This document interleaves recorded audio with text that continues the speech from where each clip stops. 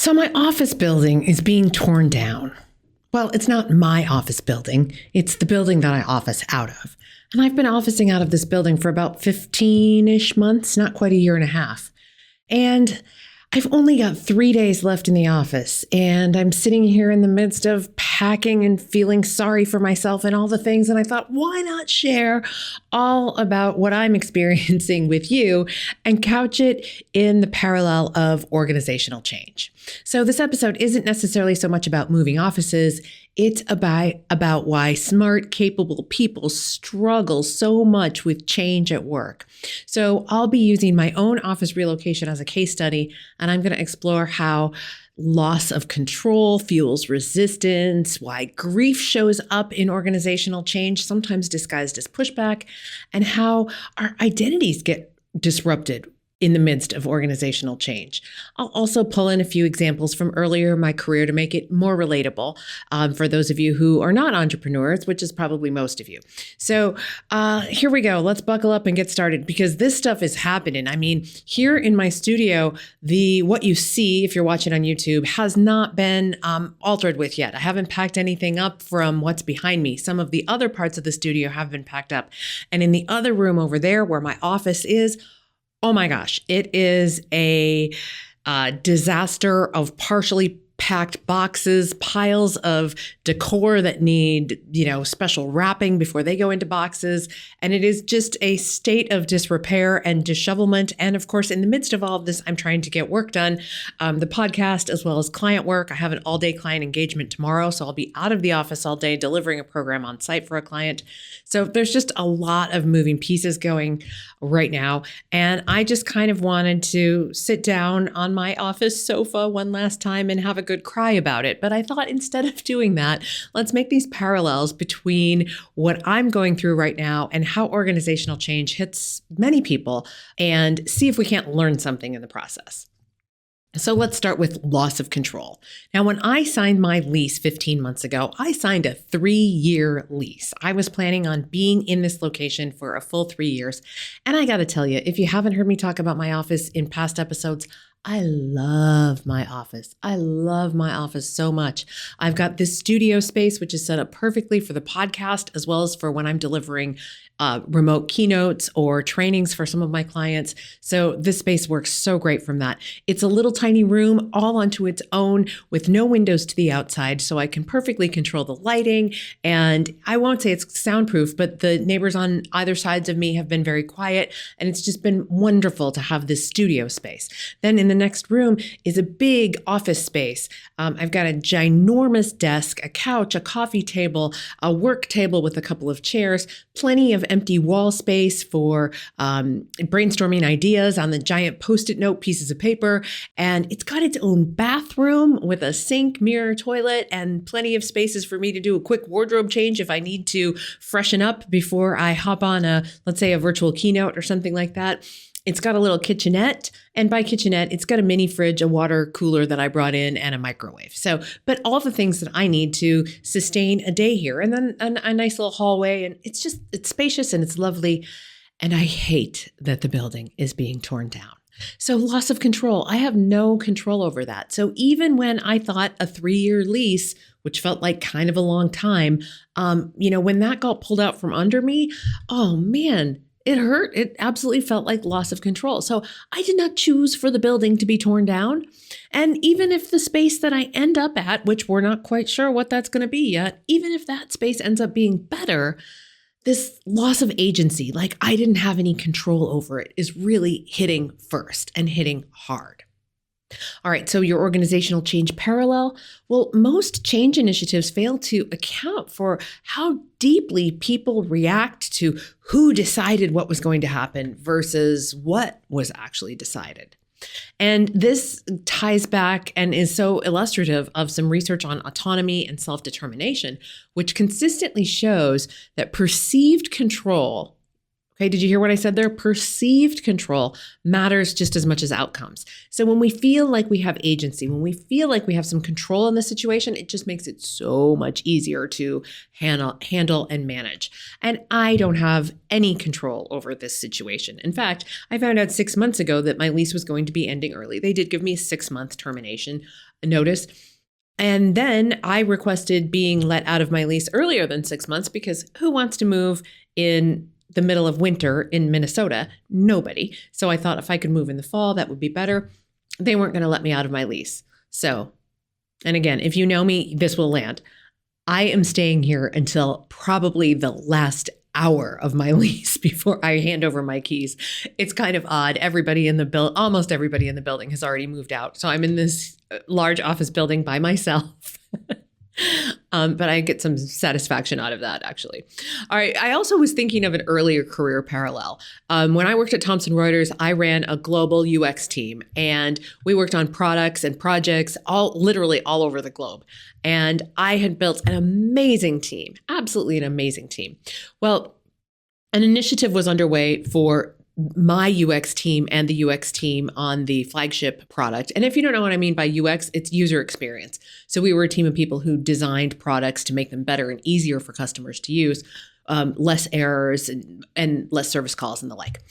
So the two UX teams were combining for organizational efficiency. And even though I personally think it was just that the other UX team thought that I made better hires and they were trying to poach my entire staff in one fell swoop.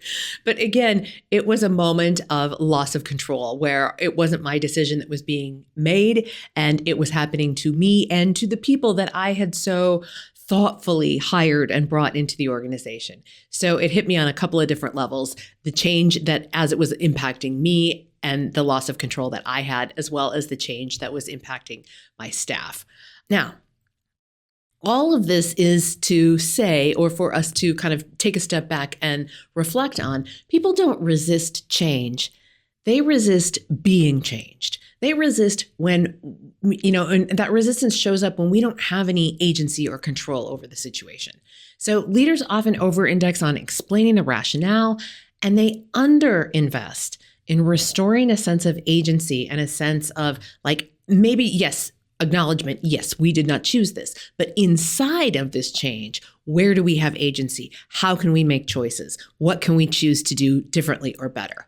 So I think when that organizational change is hitting you and you're feeling a loss of agency, either you as a leader or you as an individual, I want you to just spend a little bit of time thinking about how can you restore a sense of agency in the midst of what's happening. Now, of course, I can restore a sense of agency by saying I get to choose where I office next and all of those kinds of things. But still, I need to spend the time focusing on that, not focusing on the rug got pulled out from under me. All right, now the second area I want to focus on is resistance. So yes, I am having some of my own resistance to it. Relinquishing my keys at the final hour is part of my resistance. But that resistance, I want you to just take a moment to think about resistance as information, not necessarily obstruction, not resistance for resistance sake, but as information. So in my office move, I sometimes find myself thinking, why do I have to do this now? I mean, literally, it is the dead of winter. Here in Minnesota, we have just had the worst polar vortex ever. Now, and so fortunately, I was not moving furniture and boxes of books and all of that in the midst of that, but it's still quite cold here. So there's part of me that's, why do I have to do this now? Okay, seasonally now. I'm also in the midst of a really exciting project that is not a client project. It is a customer-facing project where you all are the customers, and it's too soon to tell you any more than that, but there is a new product I've been working on, a new big thing that I am so excited about, and to have to take down my studio because it's going to be filmed. So to take down my studio, move everything, it's a major project setback. And so I hear myself saying, why does this have to happen now in the middle of this big project? And then, of course, this doesn't make any sense because this wasn't supposed to happen. I mean, I knew that the area was slated for redevelopment, But I was told that this building would still be standing for the next 3 years. So this doesn't make any sense. Why is this happening? Was there a bait and switch? And this is, of course, going to slow me down in everything I'm working on. So that kind of resistance often points to real constraints in timing, capacity, cost, all of the things. And I'm feeling all of those. Absolutely. And I'm also looking at my own resistance as information, because it's not just about the move. It's not just about the logistically packing things up and going and putting them in a different building. There's more to it than that. There's an emotional layer, because when you move, you don't move everything. You have to go through things. So in the midst of all of this, I'm sorting through piles of papers. I'm sorting through old notebooks. I'm going through file cabinets, deciding which things to keep and which things not to keep. So there's a lot of sorting, and that's emotional work, in deciding what to keep and what to let go. Of course, there's coordinating logistics. There's this precious vendor. His name is literally Bob. Bob calls me once a week to ask if he can help arrange the physical move, if he can help get my business internet switched to the new building. He calls and he's so dang helpful, but I haven't made a decision yet, so I don't know what to tell him. But there is all this coordination of logistics that go along with this, and that also is another level of things to not only grieve, but then also have some resistance to. And then, of course, the disruption of real work to do the work of moving, like packing up boxes and selling furniture and so on, because the big desk that I have out in the other office is way too big for either one of the spaces that we're looking at moving into next. It's awesome for the ginormous office that I have here, but the next place is going to be divided up into some smaller offices, because I will be officing with one of my speaker friends, which is super exciting. And so she and I are going to have our own separate offices, and so the space is divided up a little bit differently, so that desk just isn't going to work. Now, let's just take a step back and make our organizational change parallel here. Now, in systems thinking, when we think about how large systems and organizations work, resistance often signals some sort of misalignment and friction, not necessarily defiance. When employees are reacting to those second order levels of change that maybe leaders haven't even considered yet, it is really going to hit them on a more emotional level.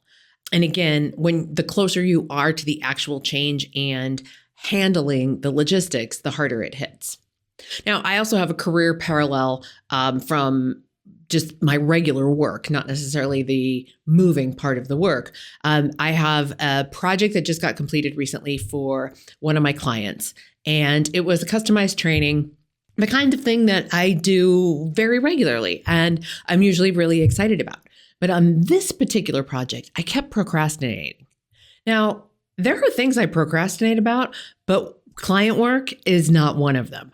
I love the client work that I do, and I'm excited to come in every day and do it. But I was procrastinating, which for me is definitely a sign of resistance. So I had to take a step back and look at what was going on. Where was this resistance and this procrastination coming from?